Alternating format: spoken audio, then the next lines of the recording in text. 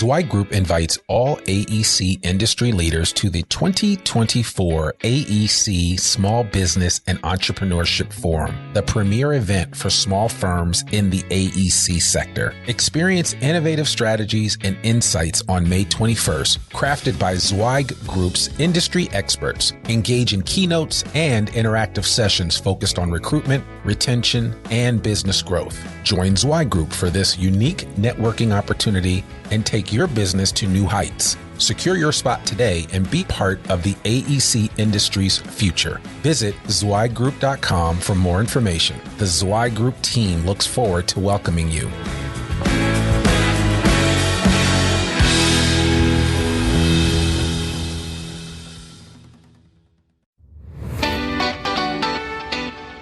Welcome to the Zweig Letter Podcast, putting architectural, engineering, planning, and environmental consulting advice and guidance in your ear.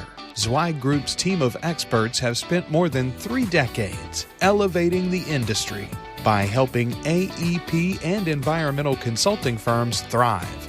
And these podcasts deliver invaluable management, industry, client, marketing, and HR advice directly to you, free of charge. The Zweig Letter Podcasts, elevating the design industry one episode at a time. Claire's comments. It's great to see everyone back this morning. We weren't sure how many we would get to speak to this morning, so thank you. I do want to say congratulations to many of the award winners from last night. And a number of you probably got sore throats, been seeing a lot of video footage of a camera going around all of you to celebrate. But I do want to call out a couple of last night's winners. I think the Courage Award is always the most prestigious award there. So I think to Ken Siebert and the CMTA team, a huge congratulations. I also want to acknowledge the top 5 hot firm award winners from last night. That was UES, ANSA, IPS, Ardura, and Salas O'Brien. Now, what's one thing that all of those companies I just mentioned have in common? Anyone have an idea? They've all got private equity-backed support as firms. Right? So that's the top 5 of the hot firms of this year all have private equity-backed support. We heard yesterday from Chad, one of the most compelling statistics that I heard yesterday was the retention rate of staff. Involuntary turnover drops from the low teens to just 3% for the fastest growing firms in this industry. So firms that have grown on average over the past 3 years 20%, their involuntary turnover rate is just 3%. Now, if you're looking out there to grow right now, the biggest challenge we have is attracting talent.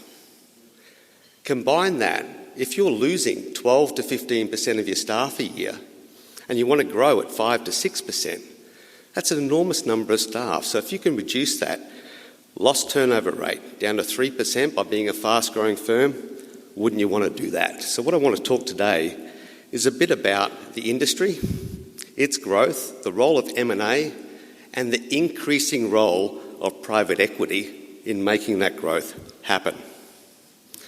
So just some stats. And Zweig White have many stats. Jamie Clare and team have lots of stats on the M&A industry. I just want to call out a few key highlights. 2022 is on track to be another record year in M&A transactions. We're tracking at the moment 472 transactions in the past 12 months. That's up 21% on the prior year. That's a significant up on a record prior year. There's a significant amount of that M&A activity happening in the top 500 on the ENR list. But what's interesting to note is that historically, public listed firms made up a big portion of M&A activity, something like 25%. That has dropped to a record low of just 6%. More than filling that void has been the role of private equity. Private equity, by our count, now accounts for something like 30% of M&A-backed transactions in this space in the last 12 months, a significant increase in the past 5 years. Why is this happening? In our view, it's happening for a few reasons. One, we've got good, strong industry tailwinds. Money chases money. Let's be real about that. The tailwinds of this industry are quite strong. We've got uncertainty with inflation, risks of recession, but our industry is a little bit more unique than most, with the tailwinds of underinvestment in the past, backed by a great infrastructure plan, where some of that money is being eaten up by inflation to date. The next reason it's happening is growth is a competitive advantage. If you can provide opportunities in your firms to grow the careers of your staff faster than your peers, you'll keep them and you'll attract great talent to the firm. The next reason that we see is why the increasing rate of M&A transaction is the ownership base. All of you can look at most owners of the businesses. They're not getting any younger. I remember coming into this industry and coming to these events about 25 years ago, and I'm 51 on Monday. So 25 years ago, I was a bit greener, darker hair, and I used to look at everyone going, geez, they're old, right? And now I'm becoming one of those guys. And you look at the ownership of most of the M&A industry, they're getting to the point where they've got to really think about their transition of what is their largest asset, personal asset they have in a company. And let's face it, many owners are feeling a little bit burnt out. Getting through the pandemic as an owner, concerned about your staff, keeping them employed, keeping your company going, it's draining, right? Then you've got the biggest issue of all, and that's the challenge of internal ownership transition. The biggest challenge in that, most companies want to and aspire to transitioning ownership internally. You've all heard the conferences, the events. If you're not starting that today, you're not going to ever get that done. That option will disappear quickly, because I don't know how many of you have found, but we find even the same challenge. We want our company to have a high portion of employee owners, but how many of that Y and Z generation are prepared to put their hand in their pocket and pay for those shares? It is a challenge in our industry. It's a challenge not just for our industry, but for many industries, of how to do that internal transition and get that at an appropriate value. So we talk about what are the options available to you all for transition. And then I'll get to what is private equity's role in supporting such a transition. Now, I've got the benefit and the scars of going through some of these. I've gone through with a firm with Cardno, taking that from employee-owned and thinking going public was the right way. So we listed Cardno back in May 2004 on the Australian Stock Exchange. I've left Cardno and worked with firms like New Mountain Capital to look at TRC companies to take them private, with Crescent Capital to take Cardno semi-private, and to support other firms in such transactions. I went back into a public listed firm, a big one. I call it the dark side. I learned a lot from working with AECOM, but also just realised our industry is not destined to be listed on a stock exchange. There's such a disconnect with what a CEO has to do to make the market happy with quarterly reporting, and most importantly, keeping your most important assets happy, which is your staff, about sort of saying, hey, we can get through a quarter challenge and without having to make silly adjustments to resourcing just to please a unsympathetic and a short-term view of stockholders on the public market. So when I look at the different models that are available, you've got many. As I said, internal transition, a sale between two private firms, or a merger of equals between you. I've mentioned public, but then you've got private equity. Now, private equity as an industry, it's not new. It's been around a long time. It's also not new to this industry, but its pace and its involvement in this industry has accelerated tremendously the last 3 to 5 years. So I want to do a little exercise, right? So we're going to elevate and stretch. I'm wanting you to all put your hand up if you or your CEO has been contacted by a private equity firm or a private equity-backed firm in the last 12 months. Yeah, pretty large number. Please keep your hands up. Of those that have been contacted, who in this room is actually owned by a private equity firm or a backer? So we've got a smaller number. And how many of you were owned by a private equity firm 3 years ago? So we've got 2 or 3 left, right? So that just shows the sort of pace that's changes. Many more people being contacted, quite a number of you that are private equity backed today, and very few of you that were backed 3 years ago, just to show you the sort of change that's happening in this sector. Well, there's 2 types of private equity, right? There's private equity that come into your firm as your partner, and they're really wanting to support you, right, to grow the business. But they typically only support you to grow organically, right, and to improve your margins. This is a private equity-backed business. They're coming in with finance. They're not coming in necessarily with any industry experience to support you. The second type is what I call a private equity-backed platform, where they back a business and a management team to say how they can support them to actually do a number of other add-on acquisitions to grow that broader platform. Now, there's a number of private equity firms in this industry right now. Our research says there's about 80 private equity-backed firms in the industry. In the past 12 months alone, there's been 140 M&A transactions in our industry in North America where a private equity firm or their partner, right, they're backing a company like Trilon, has acquired a firm. That's about 30%, right? Then if you sort of break down that, of that 140, 84 of those are add-ons to an existing private equity-backed company, right? So the majority of private equity are actually add-ons to existing firms. Of that mix, there's 27 what I would call more regular acquirers of firms in this industry, and the most active are Adura at 10, Alliance Technical Group at 8, Trilon ourselves at 7, DCCM at 6, Entrust at 5, HFW, who's here today, at 5, UES at 4, and TRC at 4 add-ons to their businesses just in the last 12 months. To give you an idea of the sort of firms that are more active in the space and some that may have been contacting you now or at other times. Now, what value does private equity provide?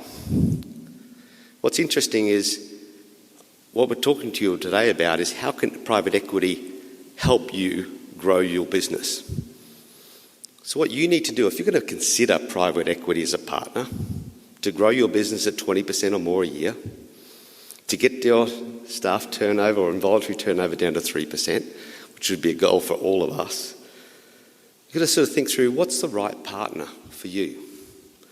What are the questions that you should be asking before you consider what is the right partner? You've got to work out what is your non-negotiables in thinking about a partner with private equity. And they can be things like, 1, how much time are they going to hold an investment in your business? Are they investing out of a fund? What's the life of that fund? What's going to be the pressure on me to go and find another partner in how short a time? So that length of hold is very important for you to understand from any partner. The next is what is the availability of capital to support you to grow? How much are they earmarking for your business? And what can you use that for? Is it just to do M&A? If it is, there's plenty of money out there. Or are they bringing something else to the table? Are they bringing talent and understanding of the industry? Are they bringing investment dollars to help you hire staff now before you actually win that next job? So investing in talent ahead of the curve. How are you going to use how support you to invest in technology and innovation? That is not capital investment, that's OPEX investment in your business. Challenge a private equity, who will do that? Not just give you money for M&A, that's easy. What else are they going to bring to the table? Last thing you want to think through is what are the recapitalisation options? When they're going to recapitalise, are they going to flip you and sell you to a competitor, to a public listed firm? They're the things you want to work through. Then you've got the little things that you want to talk through. You know, what is it about, what's going to happen to you and your team? What's going to happen to your brand, right? What's going to happen to your culture? They're the things that you really want to have strong discussions with any private equity about and sort of work out what is the right fit for you. For me, I had to go through the same process. You know, I'm here, I'm with Trilon, I'm private equity backed, but I can tell you, I didn't just sort of come across Alpine as my partner. I sat there and spoke with 7 firms in detail. How would they back me? How would they support me? How would they allow me to invest in talent? And the great thing that I can say here today is that we've agreed key things. Like, we always want our business to be at least 1/3 owned by employees, right? It's really important to us to have ownership in the business. We sat there and said, okay, how are we going to grow the business? We're going to grow it by investing in talent. We're going to grow it by investing in technology. And we agreed with our board just 2 weeks ago to spend $13 million in the next 12 months on talent, on systems, on technology, to be more integrated at the back office so that people can work together, share knowledge and experience, and actually hire people to help us grow the business that we want to be tomorrow, but have the talent, hire them today to make that happen. You can't do that as a public firm, and most private firms can't do that either. The last thing we said is we want a partner who can back us with capital, and we got up to $450 million in capital to access from Alpine and about the same amount in debt. That's a pretty good amount of money, right? But it needed to be to hit our goal and strategy and vision. But more importantly, we had access to a team that helped us achieve a pretty phenomenal growth in the business. So what is Trilon about? There's always got to be a bit of a sales pitch. This is it. It's not going to take long. But Trilon, right? Trilon, who cares? It's a holding company brand. So Trilon is effectively just a holding company. And our strategy is to invest in what we call cornerstone partners. Partners that are going to be responsible for helping us grow in our core markets. We're looking for a partner to be our leader and grow the business in transportation. A partner to lead our water and wastewater expansion. A partner to lead our energy and environment. So they're the markets that we're looking to play in. And those partners all come in as their own brands in the leadership team. We're going to invest in their teams to grow and lead a much larger business. We want each of our platforms to be a top 10 player in this industry. And because we're not going to be in certain markets, we're not in oil and gas, we're not in mining, we're not in high-rise residential towers, we needed to sort of say, if we're not in those markets, if our goal is to be a top 20 firm in this industry, which has got to be at least $700 million in revenue, we need to be a top 10 in these other core markets. The next area of focus for us is how are we going to make this happen? We have to invest in talent, what we call the 3 T's: talent, technology and targeted M&A. And you'll hear from one of our partners shortly about the efforts we've been doing in that regard. We are walking the talk. We're hiring internal recruiters across all our businesses. We're investing in their talent so they can lift up and manage a larger portfolio. We've built our own in-house M&A team. And we are investing, as I said, in technology to be more integrated at the back end than any others. The one uniqueness about our model is we're not changing brands. We are a family of companies, and everyone in my company would know that our vision, and what keeps me awake at night, is that we have to be a functional family of companies, not a dysfunctional family. You all know those types, right? And in our view, what is a functional family? It's a group of companies that don't compete. So we only invest in companies that operate in the same markets, but not in the same geography, right?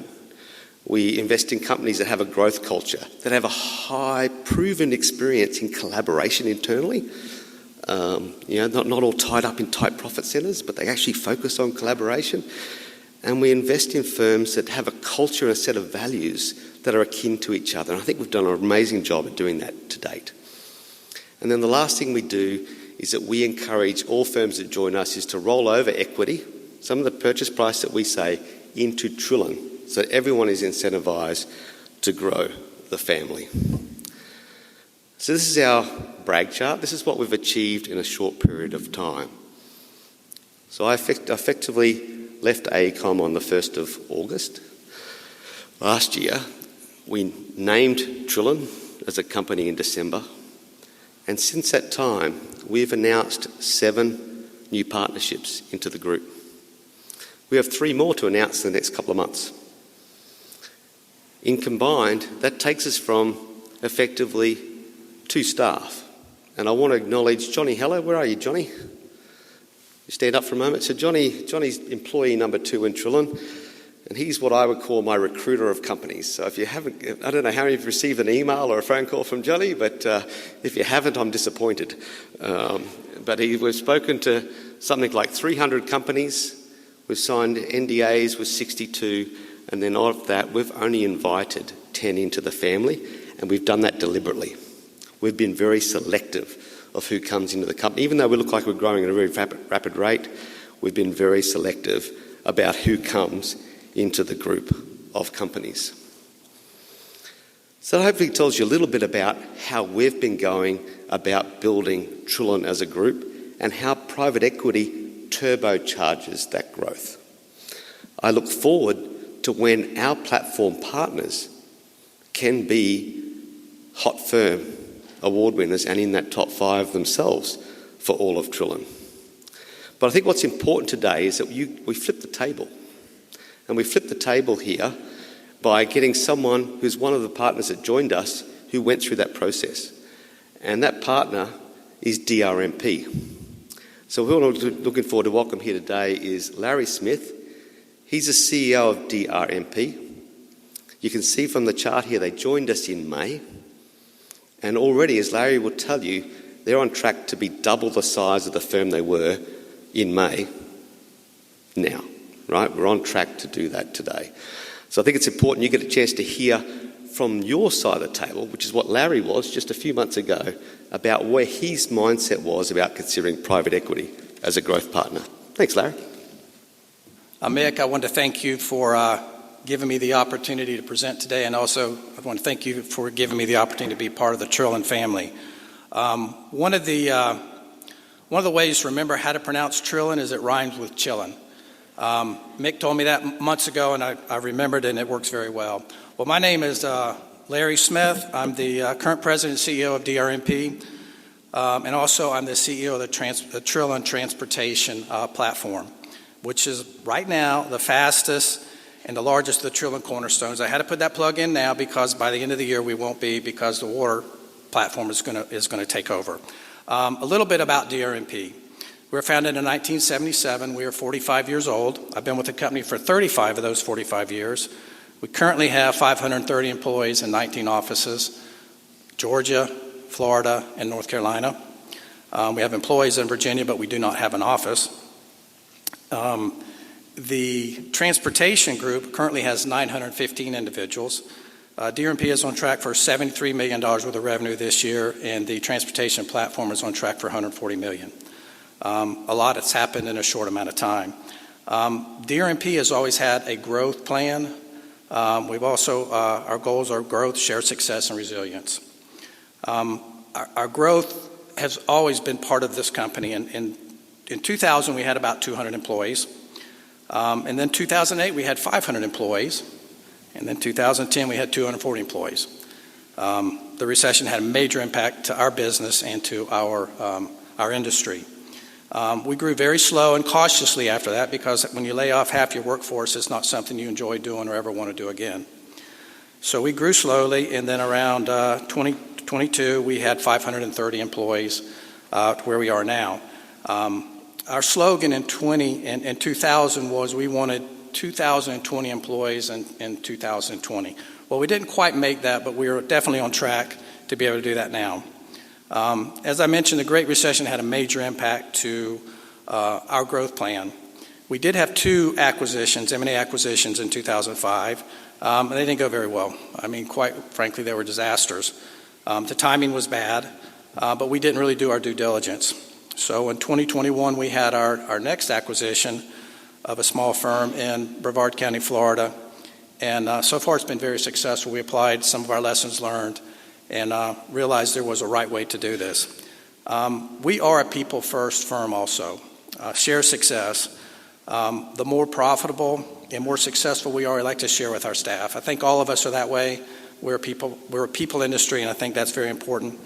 Also, during the recession, we adopted the term resilient or resiliency, and we carried that through the recession, and we kind of continued on, and then it worked really fitting through the pandemic when so many of us were trying to figure out how to keep the doors open of our businesses, or would we have work when the pandemic was over. 3 of the major reasons that we did want to partner with Alpine and the Trilon Group are our ambitious growth plan, our funding limitations, and our succession plan. Like Mick had mentioned earlier, a succession plan internally needs to be thought about very soon. Our ambitious growth plan, like I said, we've always had one, and some of the statistics show that the faster growing firms can actually retain employees longer. We have more opportunity to do things. So we've always had that option moving forward for us. Now, obviously, acquiring a firm 2 or 3 years before a major recession is not a very good idea. So timing does play into it somewhat. Now, with our partnership with the Trilon Group, we do have guidance from experts, and I'll get into that a little bit later. There's funding limitations, no matter how you want to grow. It takes a lot of capital for M&A growth and for organic growth. And always a question, how do you want to finance your growth? Is it through debt or through cash flow? Historically, our company has done it through cash flow, which can be somewhat painful. As far as the succession plan, we've had many successful buyouts of major shareholders over the years. Having been in business for 45 years, we became really good at it. And when I became president 3.5 years ago, that was the plan that we were going to do. Unfortunately, as the number of issued shares decreased and the value of the company increased, it became much more difficult. We did have a program where we bonus stock to key employees. However, the bonusing of stock did not keep up with the repurchase shares from our retiring shareholders. It became apparent that our old tradition, our old ways of doing things was just not going to work this time. So in 2019, we hired a consultant to review our options, and they concluded we had basically 3 options. Continue with the legacy plan, the internal transition, which doesn't work. You can sell, become a partner with another firm, or you do an ESOP. Basically the 3 options. So the internal transition, like I had mentioned, has been very successful over the years. We have strong leadership. We have 2nd and 3rd tier leaders. Many of them have been promoted within the past year or so, but the leadership was never an issue with our corporation. We were so fortunate because of that. But we did have limited capital. We'll be retiring 5 principals within the last 6 or 7 years. It takes a lot of capital to do that. It creates a lot of debt, and that debt cannot be used, and the lost capital cannot be used to help grow your firm. Another thing, between 2015 and 2021, our share value increased by a value of 5.7. Great for the shareholders, not so great for a transition plan. Selling in 2019 or becoming a partner was just absolutely not an option. We had a legacy we wanted to continue, so we went on to look at an ESOP. Well, the last 4 or 5 years, we had a partial ESOP, and we bought it out. Our treasurer, for whatever reason, CFO could not stand the ESOP. Even though ESOPs worked for our company for many, many years and worked for many companies very well, it was not something we were really crazy about. However, during our due diligence process, after we'd signed the LOI, we realized that we needed to look at all of our options, and we needed to go back and reinvestigate an ESOP. So we did go back. We hired a consultant who did a walkthrough, walked us through the ESOP process, and the rules and the laws had changed considerably. Our old ESOP was not very good, and the new ones were much better, a little bit more easy to manage. And we got a new evaluation. So big issue with us was going to be a long-term debt.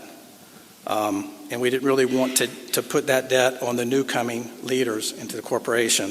Felt like it would decrease in our technology and our growth capabilities. Additional debt we also felt like would impact our company culture. Less bonuses, less benefits for our employees. So again, we concluded that an ESOP really was just not an option for us. So having no idea what we were going to do, myself and our CFO met with our corporate attorney in early 2021. He basically walked us through the private equity process, explaining what we needed to do, and he gave us recommendations on an M&A advisor. We went back to our leadership team, and leadership team decided let's go ahead and get in touch with the M&A advisor and let them work with us, is what we did. He did something a little different than what normal M&A advisors would do. He decided to shortlist a group of really good private equity firms in the United States because of his experience. Fortunately for us, he and our attorney and our M&A advisor worked together on a deal with Alpine several years before that worked out very good, and they had nothing but great things to say about Alpine. So we already had our first private equity firm that we knew we were going to talk to. So we interviewed, COVID was still going on somewhat, so we had a lot of video calls, in-person meetings. One of the things that I really liked about Alpine and Trilon is they like to meet in person. We got to know them really early on in the process. Well, part of the whole process of deciding to go possibly with a private equity, we had basically 6 non-negotiable requirements. Now, these are not in any order. They all have equal value. Number one, we didn't want to change our name, we didn't want to change our culture, and we did not want to be incorporated into a larger firm. We had key staff that had been with us for a very long time, very loyal staff, such as HR, accounting, marketing, and IS. They had to remain in their positions. And since partnering with Trilon, I can say not only are they still there, their staffs have grown, and they have additional responsibility moving forward because of the growth of the transportation platform. We also want to maximize our share value. If we did go with a private equity, we didn't want to be recapitalized any sooner than a 7 to 10 year period. The other thing Mick did mention is Trilon has a plan for the firms that come on board. There's a place for us in this family of firms, so we knew our role coming in. There has been no surprises, maybe other than the rate we're growing. It's a little staggering at times, but it's been very exciting. We also didn't want to change, or we want to make sure the firm that we partnered with had very similar culture. So a week before Christmas, 2021, we signed an LOI with Alpine. I got to tell you, then the fun really began. The due diligence was really intense, had a few speed bumps along the way, which I'm sure is expected. But quite frankly, we wanted to have a really tough due diligence. We wanted to make sure the firms that joined Trilon were the best, and they are. So where are we today? Like I mentioned, the transportation platform will have about $140 million in revenue this year and 950 in staff. And you can see the breakdown of all the firms. All the firms are represented in a transportation coordination group. We all work together to try to figure out the best ways, best practices to grow our industry. The team leaders are all meeting. It's been really, really exciting. I've enjoyed every bit of this. Now, our vision for growth on Trilon's is really the same. Top 10 transportation consulting firm in North America. I think that's achievable. A lot of our investment is in technology and innovation. A lot of that's going to be our future with the staffing issues we have. We're going to have to look at bigger and better ways to get our work done, maybe with less people. We have a diverse expertise, as you can see through the services here. We want to be the preferred partner for our clients and for our employees. Some of the services we have here or planning, active transportation, traffic engineering, traffic studies. We do structures, civil engineering, drainage, environmental, CEI, survey, and geospatial. Part of the family of firms, we also have architectural, landscape architecture, and geotechnical. So we really round out almost everything that's necessary to make a successful firm. Why Alpine and Trilon? Well, first, since both of our advisors recommended that we speak with them, we thought that would be a great option, so it worked out very well. Trilon did not pressure us in any way through the meetings. We had probably 3 or 4 meetings where we just got to know each other. Didn't talk about financials, didn't talk about staffing, didn't talk about anything, I think, which was very important. We also invited the Trilon team. At the time, there was only 3. Johnny was 2. Michael Converse had joined them by then. We invited them to our annual VP gathering, which gave us a great opportunity to get to know them better and to let our senior staff get to know the key people that we were dealing with at Trilon. So it worked out very well. Quite frankly, all of our leadership felt very comfortable moving on in the direction is because of Mick Crenshaw.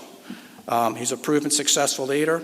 He had the same vision, he has the same values that we had. Made it very easy for us to make a decision to move forward.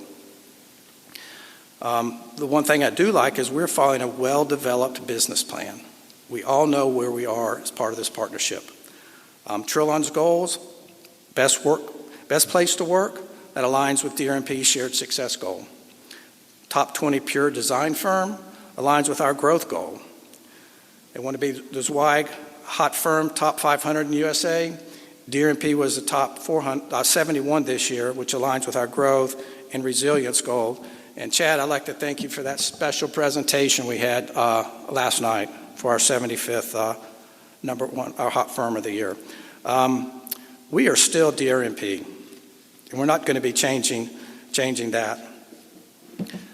We still have a board. We still have executive committees. Matter of fact, the majority of staff really doesn't even know that there has been a change. It's only been the senior management folks that have been involved in some of the new growth opportunities. Currently, we have 7 successful firms that make up the Trilon family. We are collaborating on best practices across both our production and administrative groups. It's really nice to have 7 firms that our HR directors can get together, talk about best practices, what's worked, what hasn't worked. Same way with our production staff. We don't compete. We don't take each other's staff. We will share staff, and we've talked about letting people transfer from one firm to the other if it's what's best for the employee. So some positive takeaways with all of this. No name change. Same culture. We're still the same firm. We're not being told how to run our business, but we do have talented resources to help us. I think in one of the presentations yesterday, it was a comment that maybe 90% of us have never taken a business class.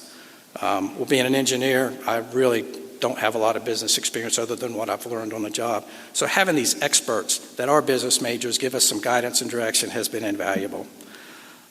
Working with the other firms, sharing work and resources has been very rewarding. We all have a place in the family. We all know what our roles are ahead of time, which is very nice. And I've had the honor of meeting with the platform presidents and the Trilon executive team on a monthly basis. We're rotating between different offices throughout the country. And so it gives us an opportunity to see the other presidents operate in the offices they work in and get to meet some really fine individuals throughout this country. One of the other things is we're combining our efforts for recruiting for all firms, which is a positive. We're always looking at ways to improve operations and reduce expenses, which is very nice when you can use a higher number. We have 5,000 employees. I think we can maybe get a better insurance package for our employees. They do have support with M&A, been very helpful. They have a dedicated M&A staff. And Trilon will remain small. They're here to help us grow, so we're not going to have a huge overhead. Well, in conclusion, I'd like to say first off, we are pleased with the partnership, the leadership, promises made, and the new opportunities for advancement and growth.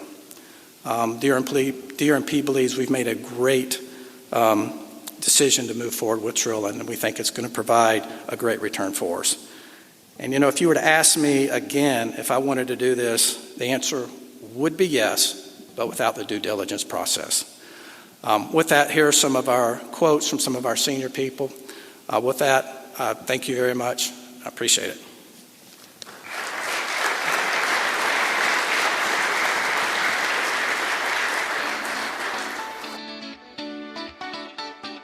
Thanks for tuning in to the Zweig Letter Podcast.